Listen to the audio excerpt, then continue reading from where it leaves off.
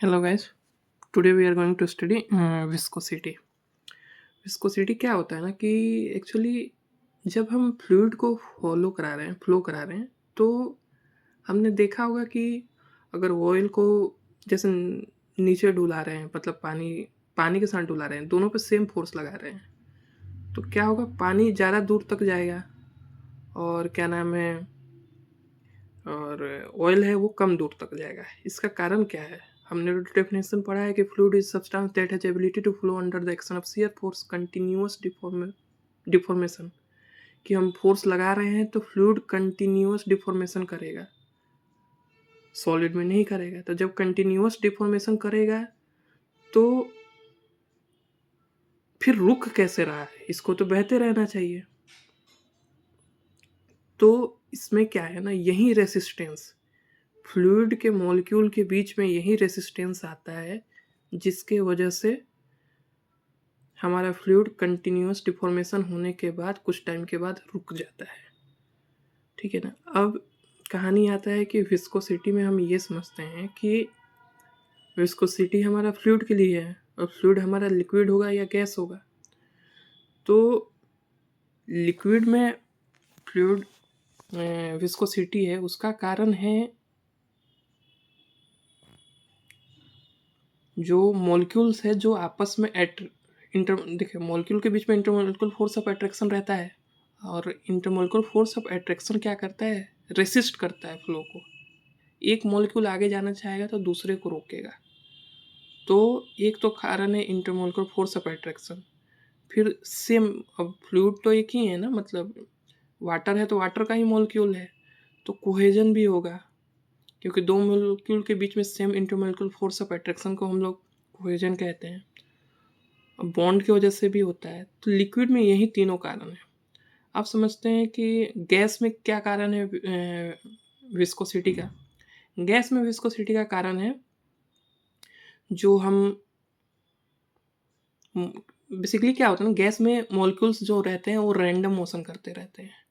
जैसे कंटेनर में देख लीजिए, गैस है तो मॉलिक्यूल्स, गैस की प्रॉपर्टीज ही रहती है कि गैस के मॉलिक्यूल रैंडम मोशन में रहेंगे। तो वो इतने ज़्यादा रैंडम मोशन में रहते हैं कि वो खुद के पार्टिकल्स के ही मोशन में ऑब्स्ट्रक्शन करते हैं। ठीक है ना। अगर जैसे फ्लूइड बह रहा है तो उसका मॉलिक्यूल जब आगे जा रहा है तो जाके टकरा जाते हैं दूसरे मॉलिक्यूल्स को। तो इसके वजह से क्या होता है, उनके मोशन में रेसिस्टेंस आता है। ठीक है, अब ये समझ गए। अब ये समझते हैं कि फ्रिक्शंस, जैसे ये विस्कोसिटी फ्लूइड के लेयर के बीच में रहता है, तो और सॉलिड के सरफेस के बीच में अगर हम चलते हैं तो फ्रिक्शन पीछे की तरफ आता है, ये पता है। सॉलिड और लिक्विड के बीच में जो फ्रिक्शंस रेसिस्टेंस आता है, जो हमारे मोशन को रेसिस्ट करता है, उसको ड्रैग कहते हैं। और लिक्विड के बीच में जो रेसिस्टेंस आता है उसको हम विस्कोसिटी कहते हैं। ठीक है, इसका हम ये समझ लिए थ्योरेटिकल टर्म्स। अब मैथमेटिकल समझते हैं।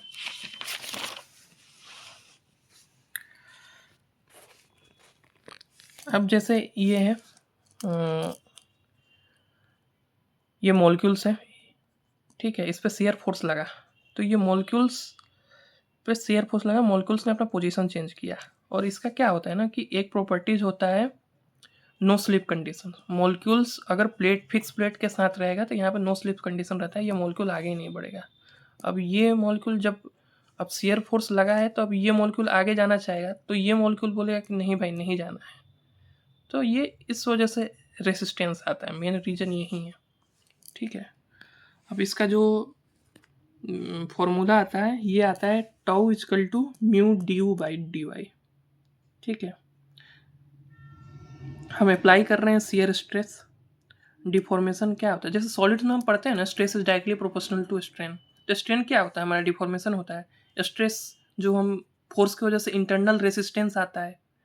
तो शियर स्ट्रेस क्या है ना, अब फ्लूइड में कंडीशन ये है कि हम लगा रहे हैं शियर फोर्स तो आएगा शियर स्ट्रेस। तो tau equal to mu d u by d y. आप समझते हैं ये कि अगर दो फ्लूइड है ए और बी, उस पर फोर्स लगा रहे हैं, शेयर फोर्स लगा रहे हैं सेम।